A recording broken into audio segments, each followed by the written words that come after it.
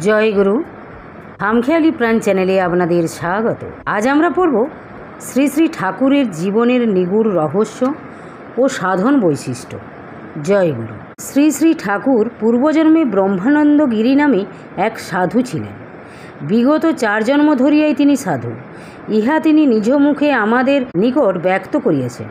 ময়নামতির সন্নিকটবর্তী স্থানে ওই ব্রহ্মানন্দগিরি দেহেই তিনি যে জগজ্জননী মহামায়াকে স্ত্রীরূপে সম্ভোগ করিয়াছিলেন, তাহাও তিনি সবিস্তারে বর্ণনা করিয়াছেন।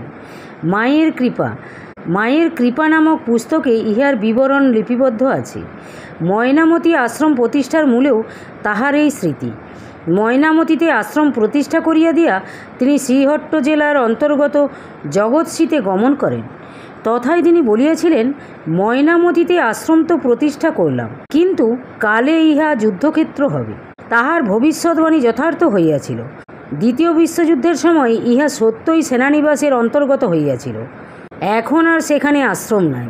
আশ্রম ভারতের অন্তর্গত ত্রিপুরা রাজ্যের বিশালগড়ের নিকট ধ্বজনগর নামক গ্রামে স্থানান্তরিত হইয়াছে। তাই এই জীবনেই তন্ত্রের সাধনায় মা তাহাকে তাহার মনোবৃত্তানুসারিণী রূপে দেখা দিয়াছিলেন। সেই জন্য এই জন্মে সেই মহেশ্বরী তাহার নিকট ধরা দিবার জন্য পাগলিনী। তাই 7ম বর্ষ বয়ক্রমকালে একদিন সন্ধ্যায় তাহার মা তাহাকে চণ্ডীমণ্ডপে বাতি দিতে পাঠাইলে মহেশ্বরী তাহাকে বালিকারূপে দেখা দিয়াছিলেন। উভয়ের মধ্যে অকৃত্রিম ভালোবাসা ছিল বলিয়া সুধাংশুবালার মৃত্যুর পর পুনঃ তাহাকে দর্শন দান করিলেন। তৎপরে তারাপীঠে মহেশ্বরী তাহাকে তাহার মনোময়ী মূর্তিতে সুধাংশুবালা রূপে রানী রূপে দেখা দিয়াছিলেন। 21 দিনের রাত্রিতে মাত্র 1 রাত্রির চিতা সাধনায় জগজ্জননী মহামায়ার দর্শন লাভ সম্ভব হইয়াছিল। এই কারণে যে গত জন্ম হইতেই তিনি মনোনীত পুরুষ, অন্যথা তাহাকে পাওয়া কি এতই সহজ? কমলাকান্ত, রামপ্রসাদ, রামকৃষ্ণ পরমহংসদেব প্রভৃতি তাহাকে পাইতে কত সাধনা করিয়াছেন। 12 বর্ষ ধরিয়া সাধনা করিয়া তাহার দর্শন না পাওয়ায় স্বীয় বক্ষে অস্ত্রাঘাত করিতে উদ্যত হওয়ায় মায়ের দর্শন দান।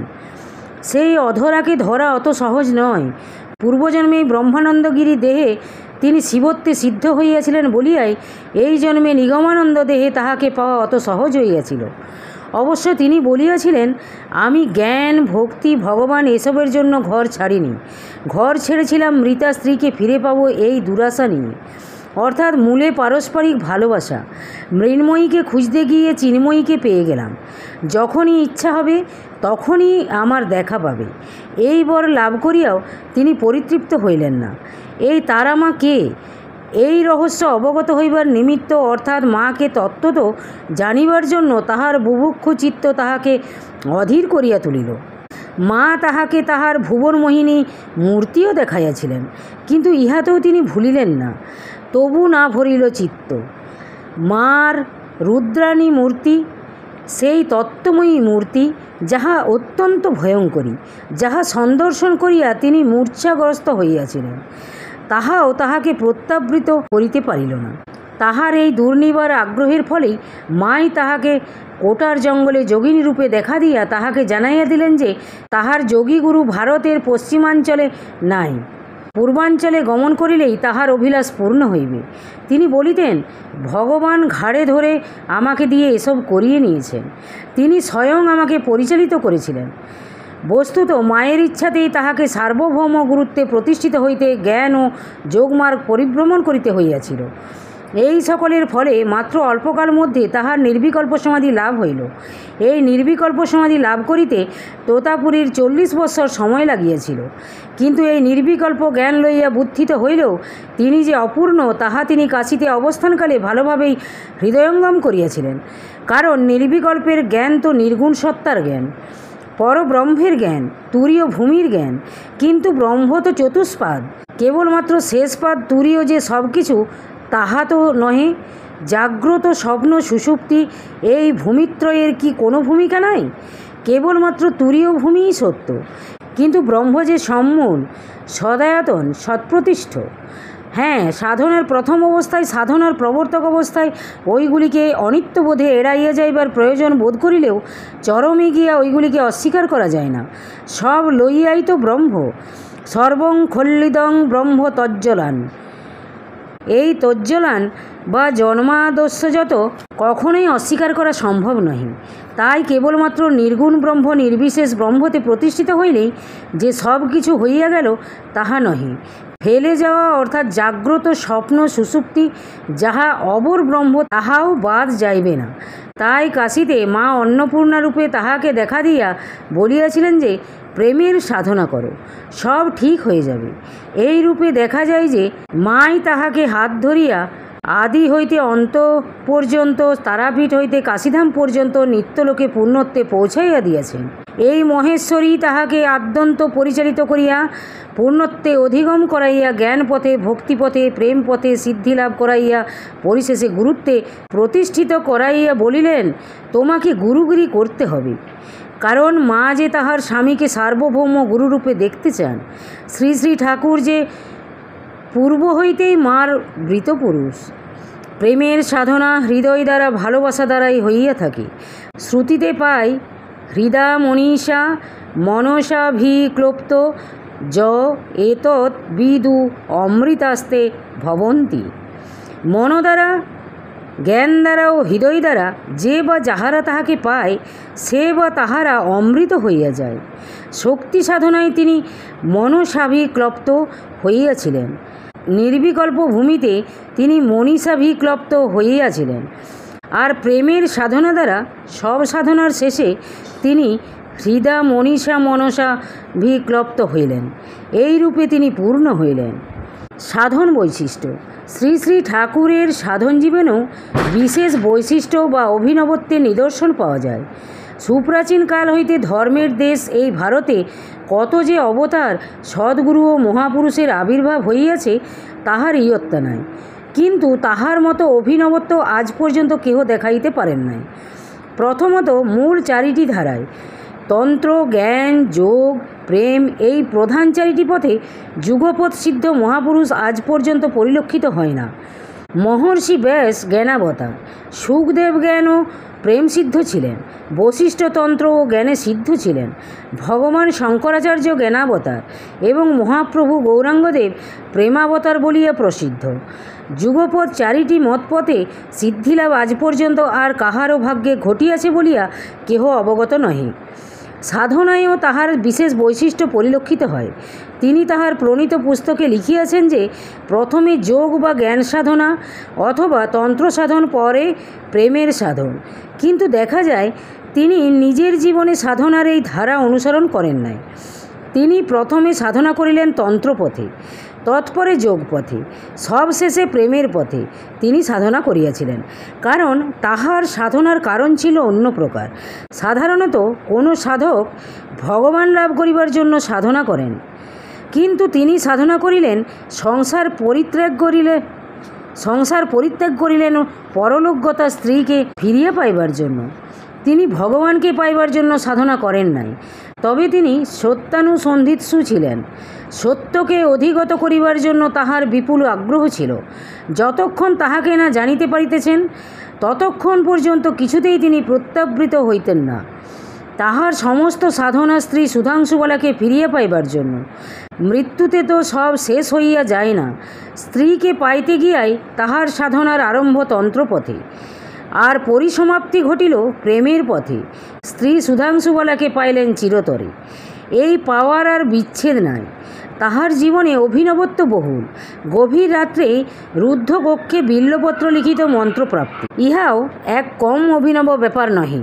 স্ত্রীর মৃত্যুর পর স্ত্রীর ছায়ামূর্তি কয়েকবার দেখিয়াছিলেন। কাহারও মৃত্যুর পর তো কেহ তাহাকে দেখিতে পায় না। তান্ত্রিক সাধনায় তিনি মহাশক্তিকে আয়ত্ত করিয়াছিলেন। রামপ্রসাদ মহাশক্তিকে কন্যারূপে পাইয়া এবং রামকৃষ্ণ পরমহংসদেব তাহাকে জননীরূপে পাইয়া আপনাদিগকে ধন্য কৃতার্থ মনে করিয়াছিলেন। কিন্তু মহাশক্তিকে স্ত্রীরূপে সম্ভব কয়েক শতাব্দী পূর্বে একমাত্র ব্রহ্মানন্দগিরি ব্যতীত আর কেহ করিতে পারেন নাই। এই ব্রহ্মানন্দই মহাশক্তিকে আদেশ দিয়া কাজ করাইয়া লইতেন।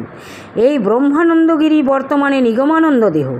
সাক্ষাৎ শিবকল্প না হইলে মহাশক্তিকে আয়ত্ত করা যায় না। চণ্ডীতে আছে, যৌমাং জয়তি সংগ্রামে যে মে দর্পং ব্যাপহতি, যো মে প্রতিবলা লোকে স মে ভর্তা ভবিষ্যতি।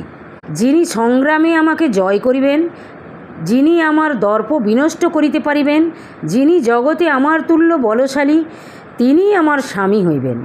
জগজ্জননী মহাশক্তিকে মনোবৃত্তানুসারিণী রূপে লাভ করা বাস্তবিকই অভিনব। রামকৃষ্ণ পরমহংসদেব স্ত্রী শারদামণিকে ষোড়শী দেবীরূপে পূজা করিয়াছিলেন। পক্ষান্তরে শ্রী শ্রী ঠাকুর মহাশক্তিকে স্থূলমূর্তি পরিগ্রহ করাইয়া স্ত্রীরূপে সম্ভোগ করিয়াছিলেন। ইহাই তাহার অভিনবত্ব। সাক্ষাৎ শিবকল্প না হইলে এই রূপ কখনো সম্ভব হইতে পারে না। তৎপরে যোগের সাধনায় অভিনবত্ব। শ্রী শ্রী ঠাকুর যোগীগুরু পুস্তকে লিখিয়াছেন, শরীর ও প্রাণ এই দুইটি বিষয়ের সম্যক তত্ত্ব অবগত না হইলে যোগ সাধনা বিড়ম্বনা মাত্র। যোগ সাধনায় মন্ত্রযোগ, লয়যোগ, হঠযোগ ও রাজযোগ এই কয়টি প্রধান। যাহারা যোগ সাধনা করেন তাহারা প্রত্যেকেই হঠযোগ ব্যতীত অন্য যোগত্রয়ের সাধনা করিয়া থাকেন। তাই বর্তমানকালে যোগ সাধনা বলিতে ওই যোগত্রয়ের সাধনাকেই বুঝাইয়া থাকে। যোগশ্চিত্ত বৃত্তি নিরোধ, চিত্তের বৃত্তি সমুদয়ের নিরোধকে যোগ কহে। কিন্তু প্রাণবায়ুর চাঞ্চল্য দূর করিতে না পারিলে মনের স্থিরতা অর্থাৎ চিত্তবৃত্তি নিরোধ হইতে পারে না। কারণ ইন্দ্রিয়াণাং মনোনাথস্তু মারুত। মন ইন্দ্রিয়ের প্রভু হইলেও মন প্রাণবায়ুর অধীন। বায়ু নিরোধ না হইলে মনের স্থৈর্য কদাচ সম্ভব নহে। শ্বাস প্রশ্বাসের বিক্ষেপকে দূর করিয়া তাহাকে স্থির করিতে না পারিলে চিত্তের স্থৈর্য আনয়ন করা অসম্ভব। সুতরাং প্রাণায়ামের প্রয়োজন। প্রাণায়ামে কুম্ভক দ্বারা বায়ুকে ধারণ করিতে হয়। কিন্তু নাড়ী শোধন না করিয়া প্রাণায়াম অভ্যাস করিলে হাঁপানি, যক্ষা প্রভৃতি নানাবিধ ব্যাধি জন্মিয়া থাকে। তাই হঠযোগে ধৌতি, বস্তি, নেতি, লৌলিকি, ত্রাটক ও কপালভাতি এই শঠকর্ম দ্বারা শরীর শোধনের ব্যবস্থা আছে। বর্তমানকালে এই হঠযোগ সাধন সাধ্যাতীত বিধায় কেহই ইহা অভ্যাস করেন না। কিন্তু শ্রী শ্রী ঠাকুর এই হঠযোগেও সিদ্ধিলাভ করিয়াছিলেন। ইহা তাহার কম অভিনবত্বের পরিচায়ক নহে। এই শঠকর্ম সাধন কিছুটা সারদাবাবুর বাসায় এবং কিছুটা যজ্ঞেশ্বরবাবুর বাসায় করিয়াছিলেন। তাহাকে যোগ সাধনায় সাহায্য করিবার জন্য সারদা মজুমদার মহাশয়কে স্বপ্নে প্রত্যাদেশ দেওয়া এক আশ্চর্য ব্যাপার। তিনি এ বিষয়ে ভগবানের আনুকূল্য লাভ করিয়াছিলেন। অতঃপর জ্ঞানপথের সাধনা যোগে প্রত্যেক চেতনার জ্ঞান লাভ করিয়া অতি বিস্ফোরণের ফলে বিশ্ব চেতনার সহিত একীকৃত হইয়া এক অদ্বয় অখণ্ড চেতনার অধিগম হইল নির্বিকল্প জ্ঞান, যাহা জ্ঞানের পূর্ণতা, যাহা শঙ্কর দর্শন। সমস্ত মানসিক বৃত্তি নিরোধপ্রাপ্ত হইয়া যখন এক প্রত্যয়ে উপনীত হয়, তাহাই নির্গুণ নির্বিশেষ সত্তা। ইহাই পরব্রহ্মের জ্ঞান। অদৃষ্টম ব্যবহার্যম গ্রাহ্যমল ক্ষণম চিন্তম ব্যাপদেশ্য মেকাত্ম প্রত্যয় সংসারং প্রপঞ্চপশমং শান্তং শিবম দ্বৈতম। শ্রী শ্রী ঠাকুরের নির্বিকল্প সমাধি লাভ এক অভিনব ব্যাপার। নির্বিকল্প সমাধি সাধকের ভাগ্যে কদাচিৎ ঘটিয়া থাকে। যদি বা কোনো সাধকের ভাগ্যে ইহা ঘটিয়া থাকে, তাহা হইলেও তিনি ইহার বিস্তৃত বিবরণ দিতে পারেন নাই। রামকৃষ্ণ পরমহংসদেবের নির্বিকল্প সমাধি হইয়াছিল। রোমারোলা লিখিত রামকৃষ্ণদেব পুস্তকে তাহার নির্বিকল্প সমাধি সম্পর্কে যে বিবরণ লিখিত আছে তাহা অত্যন্ত সংক্ষিপ্ত। পক্ষান্তরে শ্রী শ্রী ঠাকুরের নির্বিকল্প সমাধি ও তাহা হইতে বুত্থানের যে বিবরণ পাওয়া যায় তাহা যেমন বিস্তৃত ও প্রাঞ্জল, তেমন অভূতপূর্ব, বিস্ময়কর ও মর্মস্পর্শী। আবার নির্বিকল্প ভূমি হইতে প্রত্যাবর্তন কদাচিৎ কোনো সাধকের ভাগ্যে ঘটিয়া থাকে। এই সমাধিতে নিজের কোনো স্বাতন্ত্র্য থাকে না, ঈশ্বরেচ্ছায় বুত্থান ঘটে। নচেত এই সমাধিতে প্রায়ই এই দেহের বিলোপ ঘটে। শ্রী শ্রী ঠাকুরের নির্বিকল্প সমাধি হইতে গুরুভাবে বুত্থান ও ঈশ্বর ইচ্ছায় ঘটিয়াছিল। নির্বিকল্প সমাধি হইতে বুত্থিত হইয়া স্বদেহে প্রত্যাবর্তনের পথে ধ্যান নেত্রে তিনি যাহা যাহা দেখিয়াছিলেন তাহা তিনি জ্ঞানচক্র এবং গতি ও উপাসনা নামক একটি চিত্রে প্রস্ফুটভাবে অঙ্কন করিয়াছিলেন। উহা তাহার এক অভূতপূর্ব অবিনশ্বর কীর্তি। কোনো শাস্ত্রীয় গ্রন্থে অথবা কোনো মহাপুরুষের বাণীতে এতাদৃশ জ্ঞানচক্র পাওয়া যায় না। ইহাতে যেমন সৃষ্টিতত্ত্ব হইতে নির্গুণ ব্রহ্ম পর্যন্ত সমস্তই বুঝিতে পারা যায়, যেমন জ্ঞানপথ, যোগপথ, শক্তিপথ প্রভৃতি সাধকদিগের, এমনকি মুসলমান ও খ্রিস্টান সাধকদিগেরও গতিপথ সম্বন্ধে বেশ বিশদ ও প্রাঞ্জল বর্ণনা দেওয়া আছে। ইহা বিশ্বের এক অনুপম কীর্তি। তিনি গতি ও উপাসনা নামক চিত্রে কোন উপাসকের কি গতি হইবে তাহার বিশদ বর্ণনা দিয়াছেন। তিনি 4 প্রকার উপাসনার কথা বলিয়াছেন: নির্গুণ ব্রহ্ম, সগুণ ব্রহ্ম, কূটস্থ ব্রহ্ম ও জীব ব্রহ্ম। নির্গুণ ব্রহ্মের উপাসনা সন্ন্যাসী সম্প্রদায় স্বরূপ লক্ষণায় করিবেন। উপাসনার ফলস্বরূপ জীবদ্দশায় জীবনমুক্তি, অন্তে নির্বাণ। সগুণ ব্রহ্মের উপাসনায় ব্রহ্ম, আত্মা, ভগবানকে তটস্থ লক্ষণায় উপাসনা করিতে হইবে। জ্ঞানী ও বৌদ্ধ সম্প্রদায় ব্রহ্মের উপাসনা করিবেন, ফলে জ্ঞানপথে ব্রহ্মে লয়। যোগী সম্প্রদায়ে আত্মার উপাসনা করিবেন, ফলে যোগপথে আত্মার লয়। ভক্ত সম্প্রদায় ভগবানকে উপাসনা করিবেন, ফলে ভক্তিপথে ভগবানে লয় অথবা প্রেম সেবোত্তরা গতি।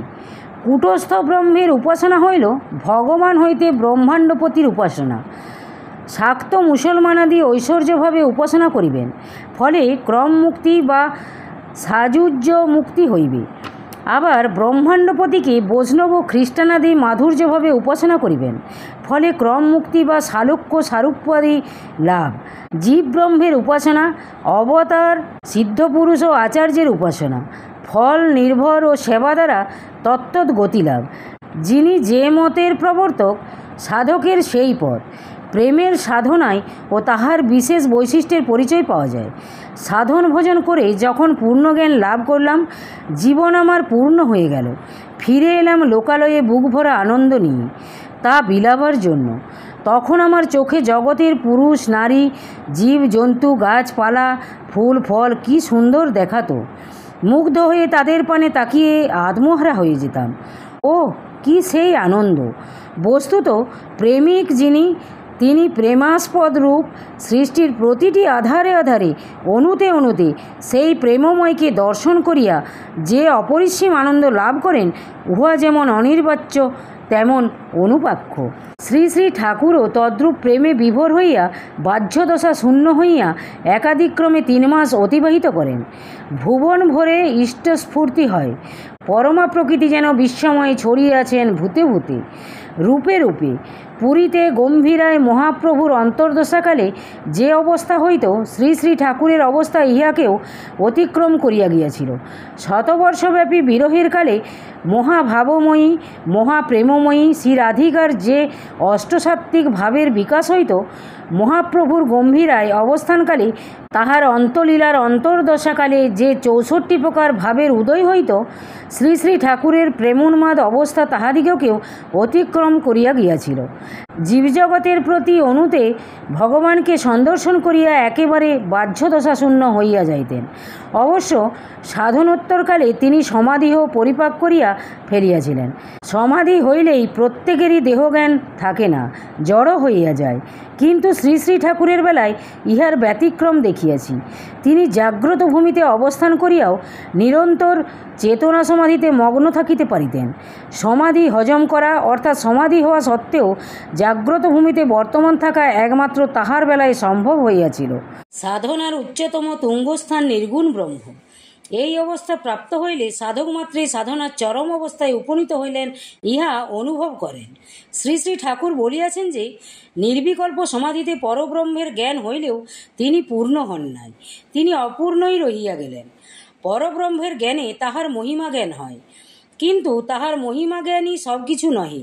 তিনি যে অসীম, তিনি যে অনন্ত, তিনি যে বিরাট, এই জ্ঞানই তো সব কিছু নহে। ইহা অপূর্ণ, ইহা সত্যের এক পিঠ। তিনি যেমন সত্যম, শিবম, আবার সুন্দরম। সুতরাং সৌন্দর্যের মাধুর্য ও সৌন্দর্যের মধুরিমা পরিত্যক্ত হইলে তো জীব পূর্ণত্বপ্রাপ্ত হয় না। তাই কাশীতে মাতা অন্নপূর্ণা তাহাকে দেখা দিয়া জানাইয়া দিলেন যে, তুমি অপূর্ণ, ভাবের সাধনা করো, তাহা হইলে পূর্ণ হইবে। অতঃপর তিনি গৌরীমার নিকট ভাব সাধনার দীক্ষা লইয়া গৌহাটিতে যজ্ঞেশ্বর বাবুর বাসায় উহার সাধনা করিয়া পূর্ণ হইলেন। পূর্বে তিনি পরব্রহ্মের জ্ঞান লাভ করিয়াছিলেন, এখন তিনি অপর ব্রহ্মের জ্ঞান লাভ করিলেন। এই রূপে তিনি পরাপর ব্রহ্ম হইলেন। চিন্ময় সত্তায় অধিষ্ঠিত না হইলে, জ্ঞান সত্তায় অধিষ্ঠিত না হইলে ভাব বা প্রেম আসিতেই পারে না। তাই শ্রী শ্রী ঠাকুর বলিয়াছেন, ভাবলোক জ্ঞানে প্রতিষ্ঠিত। জ্ঞানের পার হলে তবে ভাবলোক বুঝা যায়। জ্ঞান হলে ভাব আপনি আসবে, আবার ভাব হলে জ্ঞান আপনি আসবে। ভাব আর জ্ঞান একে অপরে প্রতিষ্ঠিত। শ্রী শ্রী ঠাকুর বলিয়াছেন, শুধু কেবল পরব্রহ্মের জ্ঞান নয়, অপর ব্রহ্মেরও জ্ঞান অর্জন করতে হবে, তবেই ব্রহ্মজ্ঞান পূর্ণ হয়।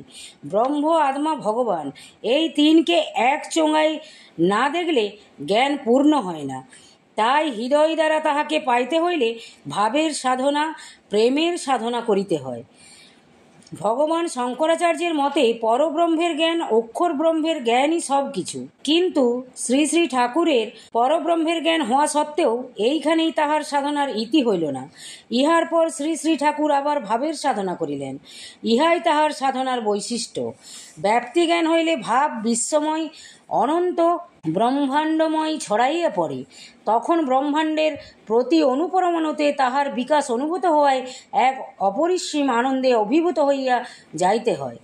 তখনকার অবস্থা বৈষ্ণব কবির ভাষায় জনম জনম হাম অরূপ নেহারিনু নয়ন না তিরোপিত ভেল। জ্ঞানের ভিত্তিতে নির্মল ভক্তি যখন সমস্ত অন্তরকে রসে প্লাবিত করে, তখনই তিনি রসঘন বিগ্রহরূপে প্রতিভাত হন। যত্র তত্র নেত্র স্ফুরে, তত্র তত্র কৃষ্ণ স্ফুরে। রূপে বিশ্বের সর্বত্র ভগবৎ প্রেম স্বতঃস্ফূর্ত হইতে থাকে। অসংখ্য আধারে অসংখ্যভাবে এক ভগবৎ প্রেমেরই লীলা দেখিয়া সাধক বিস্ময় বিমুগ্ধ হইয়া যান এবং এক অনির্বাচ্য ও অনুপাক্ষ আনন্দে পরিপ্লুত হইয়া যান।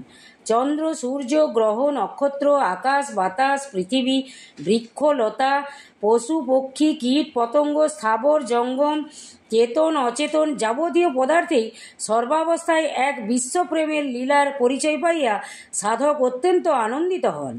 পরিণামে প্রেমিক বিশ্বের প্রতি রন্ধে রন্ধে, প্রতি অণুতে অণুতে প্রেমাস্পদ ভগবান বা আমিকে পাইয়া আপনহারা হইয়া যান এবং প্রেমময়ী হইয়া যান। এই ভগবদ আস্বাদন বা মমত্বের আস্বাদনই প্রেম। জয় গুরু, জয় গুরু। আজ এই পর্যন্তই। যদি আপনাদের ভালো লেগে থাকে তাহলে চ্যানেলটিকে সাবস্ক্রাইব করে সাথে থাকবেন। জয় গুরু, জয় গুরু।